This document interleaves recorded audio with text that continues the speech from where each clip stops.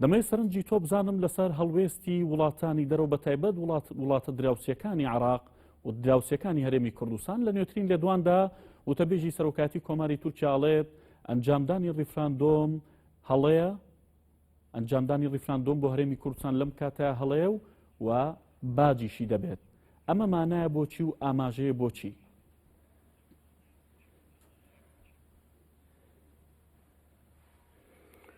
بێژێکی سڵاو بۆ ئێوە بۆ هەموو بینەران و بیسەران، یعنی خۆی شتێکی چاوەڕوان کراوە کە دەوڵەتێکی وەکو تورکیا ناتەئیدی ڕفراندەم بکە، ناتەئیدی سەربەخۆیی، چونکە ئەبینن حاڵی کوردی خۆی چییە و چی لە کوردی خۆیەکە وەچی لە ڕۆژاواکە بچ، یعنی تورکیا ئەو دەوڵەتان لەو نوع حکوومەتانە نییە کە تەئیدی هیچ شتێکی کوردی بکاتەوان. ئێرانی شاروایە دەوان ئێرانیش نێشاردوێتەوە ئیعلانی کردووە و هەر دوێنێ من جۆم لە عیبادی سەرۆک وەزیرانی عێراق بوو لەگەڵ ڕوودا و قسەیە کرد لە ئوردون، ئەویش وتی تورکیا و ئێران هەڵویستیان دیارە و کۆمکاری عەرەبیش گوێتان لێبوو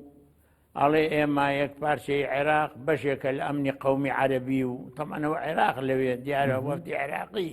داوای لێکردوون کە شتیوا دەرچێت لە بەیانەکانە و زۆر لایەنی کە یعنی لەبەرەوە ئەم لایەنانە چاوەڕوان ناکرێت کە ئەوان بێن تەئید بکەن بڵێن وەرە سەرژمێر بکە و من تەئیدی سەربەخۆی تۆکەم. بەڵام لێرە یەک خاڵ هەیە، ئەویش ئەوەیە من ئەوی لام گرنگە ئەوەیە ئەم مۆزوعە ئەبێ حیزبەکان، یعنی خۆی ئەگە پەرلەمان هەبووایە پەرلەمان و حکوومەت و هەمووی، بەڵام ئێستا کە پەرلەمانەکەش نییە و لەوە ناچێز و کارای بکەنەوە، حیزبەکان سەرکردایەتی حیزبەکان کە ئەم وڵاتیان بەدەسە دابنیشن لە بینی خۆیان ئەم مۆزوعە لێک بدەنەوە. ئەم مۆزوعە مۆزوعێکی هەستیارە، مۆزوعێکی گرنگە، بریار لێدانی تەبعەنە بێ لە هەموو لایەنەکانی پۆزیتیڤ و نێگەتیڤی لێک بدەیتەوە. چی ئەبێ ئەگەرەکان چییە بە یەکەوە لێکی بدەنەوە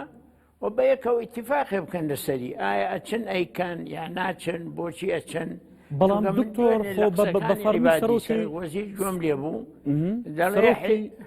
بمبورە سەرۆکی حکوومەت هەرێمی کوردستان لەم چەند ڕۆژی ڕابردوودا لا لێدوانە گاماژی بۆ کردبوو ئەڵێ تا کۆتایی ئەم ساڵ ئێمە ڕیفراندۆم ئەنجامە دەین بۆ پرسی سەربەخۆیی. ئەمڕۆ بارزانی لەگەڵ سەرۆکی گشتی نەتەوەی گرتوەکانە بەڕوونی ئاماژی بۆ کردووە دەڵێ لە کەمترین کاتدا ئێمە ڕیفراندۆم ئەنجامە دەین. ئەوە نی بیریان لێکردوێتەوە و بڕیاریشان لێداوە؟ من طبعا قسەکەم تەواو نەکرد، من گوێم لە عیبادی بوو، عیبادی ئەڵێ من سەرکردەی کوردم دیوە چەندین سەرکردە وتویانە ئێمە سەربەخۆیمان ناوێ، بەڵام بە ئاشکرا ناڵێن ناوێرن بە ئاشکرا بێڵێن، هەتا وایوت کەەوە شتێکی جوانی ژنیە. طبعا معنای ئەوەیە لە ناو حیزبەکانی کوردستان جیاوازی ڕێی هەیە، یەک ئەیە تەئیدیەکە یەکی تر تەئیدی ناکە، بەرەبەرەوە ئەبێ دانیشن جارێ ئەوەڵام کورد خۆی ساغی کاتەوە هەموو بەیەکەوە. ئەمە مۆزوعێکی کوردستانیە، مۆزوعێکی نیشتمانیە، مۆزوعێکی نەتەوەییە، مۆزوعێ نییە کە یەک حیزب بتوانێت بریای لێ بدە، هەموو بەیەکەوە بریای لێ بدەن و ئیتیفاقی لەسەر بکەن و مەسئولیەت هەڵگرن هەمویان و هەمویان بە ئاشکرا بەیان دەرکەن و بڵێ ئێمە کۆبووینەوە و بریارماندا ئەمە بکەین ئەوە بکەین و هەموو لایەنەکانی لێک بدەنەوە و لایەنەکانی نێگەتیڤی پۆزیتیڤی تاسیری لە تورکیا لە ئێران لەوە ئایا تاسیری لەسەر کوردستان چییە بێ. هەنگاوی یەکەم ئەوەیە، چونکە ئەگەر بێت و حیزبەکان جیاواز بن ڕێی لەسەری یەکێت تەئیدی بکە یەکێت تەئیدی نەکە، ئەو وەختە ئەبێ بە شتێکی حیزبی، شتی حیزبیش بە تەنها سەر ناکەوێت. لەبەرەوە بەڕێی من ئەمە شتێکی گرنگە، زۆر باشە ئەگەر کورد توانین ڕفراندەم بکە و UN بێت تەئیدی بکە، چونکە دوێنێ بارزانی داوای لە گۆتوریس کردبوو کە ئەوان دژی نەبن یا تەئید بکەن، شتێکی باشە ئەگەر UN تەئیدی بکە. بەڵام هەنگاوی یەکەم ئەوەیەکەوە کوردەکان خۆیان ڕێکەون لەسەری کە ڕێکنین ئێستا لەسەری هەر کۆش نەبوونەتەوە تا باسی بکەن. دووەمین لەگەڵ بەغا ئەبێ باسی بکەن، ئەوە هەنگاوی دووەمە وإنجا هەوڵ بن لەگەڵ تورکیا لەگە ئێران لەگەڵ لایەنی کە بۆی تیان بگەین کەمە دژی ئەوان نییە زەر لەواندا ئەمە هەنگاوی زۆرەوێ ئیشی زۆرەوێ قسەکردن لەسەری ئاسانە بەڵام جێبەجێکردنی پێویستە زۆر بە وردی لێ بکۆڵنەوە و کارێک نەکرێت کە ئەنجامەکەی زەرەر بەخش بێ بۆ وەزعی کوردستان خۆی کە بەم زۆری ئێستا ئەنجامەکەی زەرەر بەخشە بێت ئەبێ بەیەکەوە دابنیشن کوردەکان هەموو یعنی حیزبەکان مەبەسم کە ئەم وڵاتە عایدی ئەوانی ئەوان ئیدارەکەن اتفاق بکەن لەسەری ئەگەر هەموو لایە کوردەکان سەرکردایەتیەکان متفق من لەسەری بەیەکەوە بریایی لێ بدەن ئەبێ بە بریاری میلەتەکە کە بوو بە بریاری میلەتەکە من قەنەعەتم وایە زەرەریشی هەبێ زۆر نابێ زەرەکە چونکە وەختە ڕێی میلەتێکە و کەس ناتوانێت ڕێی میلەتی هەروە هیچ حسابێکی بۆ نەکا حسابی بۆ نەکە ئەوەی کە پێ دەڵێ ئێستا مەیکە ممکنە وەختە کە بینێ کورت هەموو بەیەکەوە ڕێیان وایە ئەویکەن ئەو وەختە حسابێکی تر بووەکە لەبەرەوە بەڕێی من هەنگاوی یەکەم ئەوەیە ئەگەر ئەو هەنگاوە نەبێ و بە تەنها لایەنێک بیکە و لایەنەکەی کە دژی بێ یا بچێ بەم لا بڵێ من لەگەڵی نیم و لەگەڵی نیم هەل لە بناغەوە ئەساسەکەی پتە و نابێ ئێستا ئەساسەکەی پتەوە ئەوەی ئێستا هەیە شتێکی یەکگرتووی ئەو هەنگاوی یەکەمەیە کە تۆ باسێکی سەرکردایەتی سیاسی کورد و پارتە سیاسەکانی ئەم هەرێمە هەمویان بەیەکەوە هەوڵیان بۆ ئەمەداوە یاخود ئەوەیە کە تۆ دەیڵێەوەی ئێستا شتێکی حەزبیە و نەتیجەکەی باش نابێت باس کۆ نەبوونەتەوە باسی بکەن بریاری چی تا ئێستا حیزبەکان کۆ نەبوونەتەوە ئەو مۆزوعە باس بکەن بریارێکی لێ بدەن بەیانێ دەرکەم من هیچم نەبیستووە طبعاً کە داونیشتمن بەیەکەوە بریاریان لێدابێ و بیستوشمە هەندێک لەگەڵن هەندێک دژن خۆخت دوێنێ عیبادی نەیشاردەوە وتی هەندێکم دیوە دژی ئەوەن بەڵام نابێنن قسە بکەن یعنی نایانێ بە ئاشکرا قسە بکەن خۆتر لەوە زیاتر دلیل چییە لەبەرەوە بەڕێی من قەنەعەتم وایە هەنگاوی یەکەم نەنراوە هەنگاوی یەکەم ڕێکەوتنی لایەنەکان بیکەن بە شتێکی نیشتمانی و نەتەوەیی بەیەکەوە بریارێکی لێ بدەن هەموو یەکدەنگ بن میلەتەکەش تەوان تەیدیانەکە ئەوە ئەبێتە هەنگاوی یەکەم و هەنگاوێکی گرنگە بێ خەڵقی کە حسابی بۆکە بەڵام تا ئێستا ئەو هەنگاوە من نابینم کە درابێ کەواتە ئەگەر بۆ پرسێکی وەکو ڕیفراندۆم و سربەخۆیی ئەگەر هەنگاوی یەکەمیش نەنرابێت ئەوەی کە باسیش دەکرێەوە هەڵوێستی وڵاتانی دەرەوە دنیا بێت بە تایبەت عێراقیش بۆ نمونە لە پەیمانگای ئاشتی لە واشنتۆن لە پرسیارێکە لە حەیدەرعەبادی دەپرسن چی دەڵێ لەسەر سربەخۆی هەرێمی کوردستان بە پێکەنینەوە وەڵام دەداتەوە دەڵێ کە هاتینە سەر و بابەتە و کاتە قسەیەکی لێ دەکەین کەواتە گەر هەنگاوی یەکەم نەنرابێت ئەی پرسی ڕیفراندۆم چییە ئێستا بۆچی باسەکرێت ئەخر ئەوەیە ڕفراندەم کە تۆ ئەیکەی طەمعان ڕێی میلەتەکە وەرەگری معلومە ڕێی میلەتەکە کورد هەمووی سەربەخۆیە بێ هیچ کەس نییە سەربەخۆیی نەوێ هەموو کەسێک قەوارەیە لێ سەربەخۆیە بێ بێگومان هەموو تاشێکی کورد بەڕێی من کەس دژی سەربەخۆیی نییە و کەس دژی ئەوە نییە وڵاتەکەی خۆی سەربەخۆ بێ بەڵام ئایا تۆ ڕفراندەمت کرد کورد هەمووی ڕێی کردوتی بەڵێ سەربەخۆی مەوێ ئەو وەختە بێ جێبەجێکەی کە جێبەجێی نەکەی معنایەوەیە تۆ ڕفراندەمەکەت بۆ کرد لەبەرەوە بەڕێی من ئەو دووشتە بەیەکەوە بەستراون تۆ ئەبێ ئەوەڵش ڕفراندەمەکە بکەی ئەوە کارتێکە بەدەستەوە ڕێی میلەتەکە وەرەگری و لە پاشە هەنگاو بنێ یاخود خۆت ئامادە کردبێ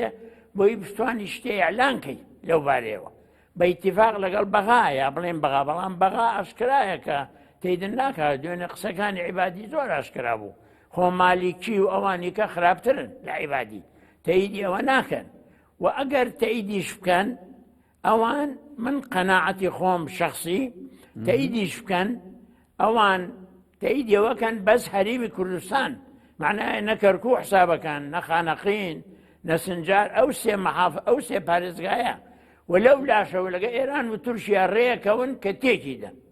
یعنی ئەو سێ دەوڵەتە لەسەر ئەو مۆزوعە لەسەر مەسەلەی کوردیژی یەک نابن خۆ ئێران و عێراق خۆیان یەک دەوڵەتن بە یەکەوەن لە هەموو شتێکە تورکیا ژەمێنێت تورکیاش ئێستا بەرەو ئەوروپا ناڕوە ئەوروپاکەی لەکی چووە بەرەو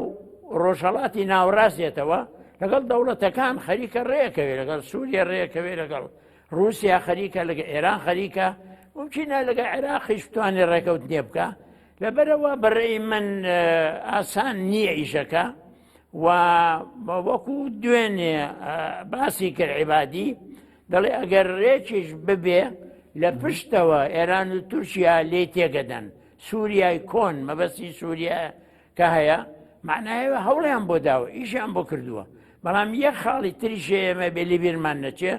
ئەویش ئەوەیە ئێمە کە ڕێفراندەمەکەین بۆ هەموو کوردی کوردستانی باشووریەکەین یعنی کەرکووشی شێوێت یابێ سنجار خانەقین مەناتقی تر زەمار ئەم منتیقانەژە بێت تۆ فکر لەوە بکەی کە ئەگەر سەربەخۆی دیعلان کە ئەو منتیقانەشی تیابێ و بە هیچ شێوەیە ئەوان لەسەر ئەو منتیقانە موافقە ناکەن چونکە ئەڵێ ئەو پەڕی کە بکرێ ئەبێ هەرێمی کوردستان مەبەستێ ئەو سێ پارێزگایە لەبەرەوە بەڕێی من مەوزوعەکە بۆچی منەڵێم حیزبەکان کۆبنەوە هەموو لایەنەکانی ئەم مەوزوعە لێک بدەنەوە لایەنی ناوەوە لایەنی دەرەوە دەوڵەتەکانی دەوروبەر ئەمریکا چیاڵێ رووس چیاڵێ ئەوروپا چیاڵێ پێشەوەی بریار بدەن باشترە بۆی تووشی کێشە نەبن و بریارێ نەدەن کە ئەنجامەکانی وەکو ئێمە ئەمانەوێ وانە بێت باش بەم دۆخە سیاسی ئێستەی هەرێمی کوردستان بەم جۆرە لە گرژی لە بینێک لە نێوان بینی بەشێک لە پارتە سیاسیەکانی ئەم هەرێما بە پەکەوتنی پەرلەمانەوە بەم دۆخە و پارتە سیاسیەکانی هەرێمی کوردستان دەتوانن ئاوای یەکگرت و یەکگوتار و یەک هەڵوێز بن وەڵای یەک هەڵوێز نین و یەکگوتاریش نی هەر کۆ نابنەوە یعنی من نازانم مەسەن سیرەکەی یەکێ لە حیزبەکانڵێ پرۆژەم هەیە ئەم هەفتەیەڵێ هەفتەکەی تر هەفتەیەڵێ هەفتەکەی تر مانگێ ئەڕوا دوو مانگ ئەڕوا سێ مانگ ئەڕوا ئەم عالەمە هەمووی چاوەڕوانە و هیچیش نییە کۆبوونەوە یەکەکەن هەفتەکەی تر هەفتەکەی تر سیرەکەی سێمان تێبڕێوە نەکراوە هیچ پەلایان نییە لە ئیشەکە و هیچ ڕێک نەکەوتون دانەنیشتون کە دانەنیشن طەبعاً ئەو مۆزوعێکی وا گرنگ و ئەساسی و حەساس و چارەنووساس کە مافی چارەنووسەوە چۆن ئەتوان ڕێکەون لەسەری و ئیتفاقی لەسەر بکەن لەبەرەوە من بەڕاستی لام گرنگە یەکەمین شت ڕێ بکەون و هەموو بە یەکەوە ئیتفاقی لەسەر بکەن ئەگە ئیتفاقیان لەسەر کرد ئیعلانیان کرد کاریان بۆ کرد ئێران ئەزانێ هەموو بە یەکەون تورکیا ئەزانێ هەموو بە یەکەون عیبادی ئەزانێ هەموو بە یەکەون شتێکی ترە بێ هەڵویستێکی ترە بێ بەڵام ئەگەر بزانێ ئەو لەگەڵە و ئەو دژە و ئەو بەدزیەوە پێڵە من لەگەڵ نیم و ئەوڵێ من لەگەڵم و ئەو ئیعلانیەکە و ئەو نایکە ئەوانیش طبعاً زیاتر دژی ئەبن و باش دکتۆر بۆ پارتە سیاسیەکانی ئەم هەرێمە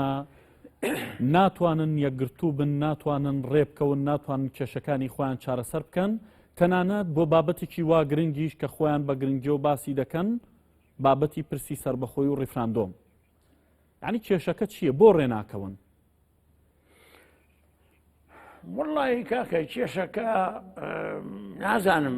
منیش وەکو تۆوە پرسم کێشەکە چییە بەڵام ئەوەی من ئێمە دیومانە لە تاقیکردنەوەی کۆن لە هەشتاکان لە نەوەتەکان لە حەفتاکان کێشەکە حیزبایەتی تەسکە حیزبایەتێکی تەسکەکەن مەسلحەتی حیزبەکەی خۆی ئەخاتە پێش مەسلحەتی میلەتەکە و نایەوێ هیچ ڕێکەوتنیە بکە تەسەوورەکە ئەگەر ڕێکەوت هەندێک لە وەزعی حیزبەکەی خۆی زەعیفە بێ یا بەرامبەری تۆزێ بەهێزە بێ ئەو فەکری حیزبایەتی تەسکەی کە هەیە کە ئێستا تابعی بعضێ جار شەخسیشی تێکەوێت طبعاً بەرژەوەندی تێکەوێ ئەوە ڕێگرە لەوە من ئەمەم لە حەفتاکان دیوە ئەمە لە هەشتاکان دیوە لە 91 دیومانە 94 و 98 دیومانە لە زۆر جار دیومانە لە تاریخی ئەمە زۆر جار کۆبووتەوە حیزبەکان نەیانتوانی وەکو یەک ڕێ بکەون نەیانتوانیوە وەکو پێویستە بگەنە یەک جاری وایە یەکتریشیان کوشتووە شەڕیشیان کردووە الحەمدولله ئێستا شەڕ و شۆر نییە عەلەقەل یعنی ناکۆچیەکە بە سیاسیە لەبەرەوە ئەوە هۆکاری سەرەکیە بەڕێی من بەڵام ئەگەر بەرژەوەندی میلەتەکە بخەنە پێش بەرژەوەندی حیزبەکانی خۆیان و لەبەر بەرژەوەندی میلەتەکە تەنازل بکەن لەو خاڵانەی کە هەیە لە بەینیانە بە ئاسانی ئەتوان بگەنە هەندێک ئەنجام بە ئاسانی ئەتوان دابنیشن بە ئاسانی ئەتوانن بە یەکەوە وەفدێ دروستکەم چێبەغا ببینێ بە یەکەوە ئێران ببینن بە یەکەوە تورکیا ببینن نەگۆگو ئێستا هەر حیزبە بەژیا ئەمە بینێ ئەوە بینێ ئەوەختە توان هەموو شتەکان بە شێوەیەک جێبەجێ بکەن و ئەگەر جێبەجێشی نەکەن هیچ نەبێت تێبگەن کۆسبەکان بزانن لە دەرەوە بچن لۆبی بکەن لە ئەمریکا لە دەرەوە بەڵام بە یەکەوە وەکو میلەتێ وەکو نەتەوەیەک کە ئەیەوێ مافی چارەنووسی خۆی وەرگێ بەڵام گەر حیزبە بەجیا چالاکی هەبێ لایەنەکانی تری چ لایەنی دەوروبەرمان دەوڵەتەکان چ لایەنی دەرەوە حسابی کەمتریان بۆکە و ئەڵێ یەکگرتوونین و بە یەکەوە نین لەبەرەوە ئەوانیش لە کێشەکانمانە کەمتر پشتمانەگرن و پشتگیریمانەکەن. کەواتە تا ئێستا هەڵوێستی ئەو وڵاتانەی کە لەسەر پرسی ڕیفراندۆم و سربەخۆی هەرێمی کوردستان دەریان بڕیەوە و باسییان کردو بە جۆر لە جۆرەکان دژی بوون پەیوەندی بەوە هەبووە کە ئەم گوتارە باسکردن لە پرسی سربەخۆی ڕیفراندۆم پرسێکی سیاسی بووە پرسێکی حەزبی بووە پرسێکی نیشتیمانی نەبووە؟ هۆکارێکی ئەوەیە هەمووی نا لە ئەساسە ئەوان مەسە ئێستا بڵێن تورکیا وەرگری یا ئێران تەیدی شتی کوردی ناکەن ئەگەر تەیدیان بکردایە مافیان نەدا بە کوردی خۆیان بە ملیۆن کوردیان هەیە لیانەدانیان کوژن ئەڵێ تێرۆریستن ئەوە بەڵام هۆکارێکی ئەمەیە کە بێت چی بکەین کە یەکنین حیزبەکان و ئەمە بریارێکی کوردی عام نییە ئەوە تەسیرەکە ئەوە تەسیری لە هەڵویستی ئەوان کردووە بڵێ ئەی کەواتە کورد لەم قۆناغا دەبێت چی بکات بۆەوەی وا بکات قەنەعەت بۆ وڵاتانە بێنێ و ڕازی بن یاخود پشتگیری بکەن لە پرسی سربەخۆی هەرێمی کوردستان. وتمانەوە کۆر دەبێت دابنیشێ مەخسەم حیزبەکانە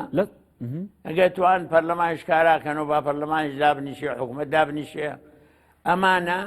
بە یەکەوە بریار بدەن بەیانێ دەرکان بڵێ ئێمە هەمومان بریارماندا ئەمە بکەین ئەوە بکەین ئەوە بکەین بە یەکەوە دروستکان بچن ئەم هەموو دەوڵەت و جیهاتانە ببینن بەجددی ئیشەکانیان لەگەڵ باس بکەن ئەو وەختە هەموو لە تێگاکە مەسەلەی میلەتە مەسەلەی حیزبێک نییە و ئەو وەختە خەڵقی کەش حسابی زیاتر بۆکە. باش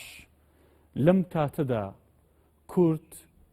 دەبێت چی بکات جیاواز دەوەی کە بۆ نمونە پارتە سیاسیەکان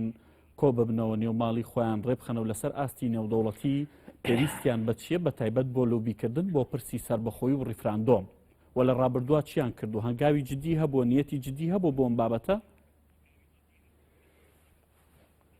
لۆبی من بەڕاستی لۆبیکردن بەیەکەوە پێش ساڵ و نیوێک جارێک وەفدێ چوو ئەمریکا بارزانانی سەرکردایەتیە کرد هەموو حیزبەکانی تیا بوون جارێک پێش ساڵ و نیوێ پێش 2 ساڵ تقریبا لەو وەختەوە من لۆبی مشتەرەکم نەدیوە کە بەیەکەوە حیزبێکە چێ بۆ وڵاتە حیزبێک چێ بۆ وڵاتێکە چێ بۆ ئەوێ هەیە کۆ نەشات هەیە لە دەرەوە لە هەموو شوێنێ بەڵام یەکگرتوو کە هەموو بەیەکەوە بن و هەمووی تیا بوون بەداخەوە نییە نەماوە لەبەر ئەو وەزعی ناوەوە ئەو ناکۆچیانەی هەمانە ئەوە نەماوە و ئەبێ جارێکی کە ئەوە دروست بێتەوە دەبێت تۆ کە ئەچی لە وڵاتێ لۆبیەکەی تێبگا کە ئەمە هەموو میلەتەکە ڕێی وایە و لایەنەکان هەموو بەیەکەون و هەموو یەک ڕێیان هەیە نەک حیزبێ بچێ و حیزبێ نەچێ حیزبێ بچێ بۆ لایەک حیزبێ بچێ بۆ لایەکی کە ئەم پەرتەوازی و ئەم ڕێکیە ئەم نەبوونی یەکریزیەی ناوە تەسیری لە لۆبی دەرەوەش کردووە بێگومان چونکە تەلۆبی بکەی هەموو بەیەکەوە حسابێکی هەیە قورساییەکی هەیە کە لۆبی بکە حیزبێ بەجیایە 2 حیزب قورساییەکی تری هەیە هەموو شتی حسابی هەیە چونکە خۆدانزانن ئیمڕۆ سیاسەتی دنیا هەمووی قابلی گۆڕانە هیچی وانە بڵێ سابتە هیچ ناگۆڕێ سیاسەتی دنیا مەسە من دەوڵەتێ سیاسەتێکیەیە ڕێیەکیەیە بەڵام لە واقعەکەش تەماشاکە بزانێت چۆنە ئەگەر تۆ توانیت واقعێکی یەکگرتوو لەسەر ئەرزی خۆت دروستکەی و بە شێوەیەکی یەکگرتوو لەگەڵ ئەو لایەنە قسە بکەی و تاکیدی بکەی و لۆبی بکەی بچینە ئەو چاو بخشێنەوە سیاسەتی خۆیان بە شێوەیە کە تەماشای بکە لەبەرەوە واقع دروستکردن تاسیرەکە لە سیاست مەسەلا هەرەوە نییە سیاست بڵێ قەت قابلی گۆڕین نییە ئەو واقع دروستکردنە بەسم شتێکی یەکگرتووی ڕێک و پێک لێرە یەکڕەئی هەموو بەیەکەوە هەموو بریاری لێ بدەن ئەوە میکانیزمێکی دانێن چۆن بۆی بڕۆن چۆن کاری بۆ بکەن میکانیزمێ بۆ ڕەفتار یا خەریتەیەکی ڕێگاوە بواڵێن ئەوە تاسیرەکە لە دەوڵەتان تاسیرەکە لە دەوروبەر تاسیرەکە لە وەزە کە حسابێکی تر بۆ بکەن لەبەرەوە ئەو مۆزوعە ئەگەڕێتەوە سەر خۆمان زیاتر وەکو هەنگاوی یەکەم اینجا هەنگاوی دووەم لەگەڵ بەغا اینجا هەنگاوی سێهەم لەگەڵ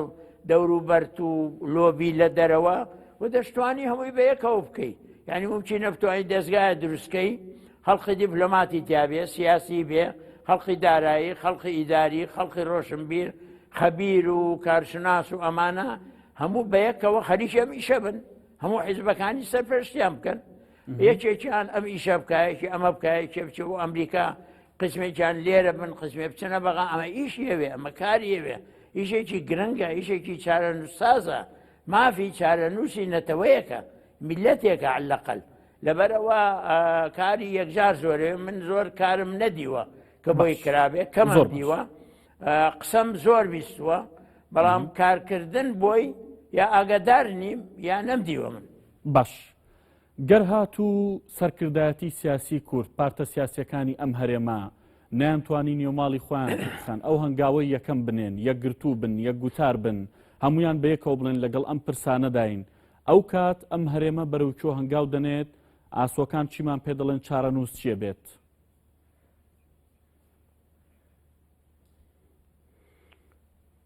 وەڵای خۆی وەزعەکە دیارە ینی ئەگەر ئەوە نەکەن یەکگرتوو بن لەسەر هەموو کارەکان مەسەلە هەرەوە نییە ینی لەسەر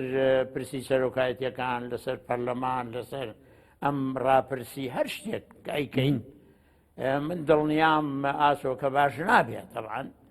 و ئەو میلەتەمان ئەو هەموو قوربانی داوە ئێستا قوربانی ئەدا شەو ڕۆژ پێشمەرگە لەسەر خەتە بەرامبەر داعش هەموو ڕۆژێ خوێنە ڕێژێ قوربانیەدا ئاسایش لەناوەوە هەموو محافظەی ئەمن و ئاسایشەکان هەمویان لەسەر خەتن شەو ڕۆژ کارەکان ئەمە هەمووی بە یعنی بە نەتیجە بە هەدەرە چێ ئەنجامێکی بە قووەتی نابێت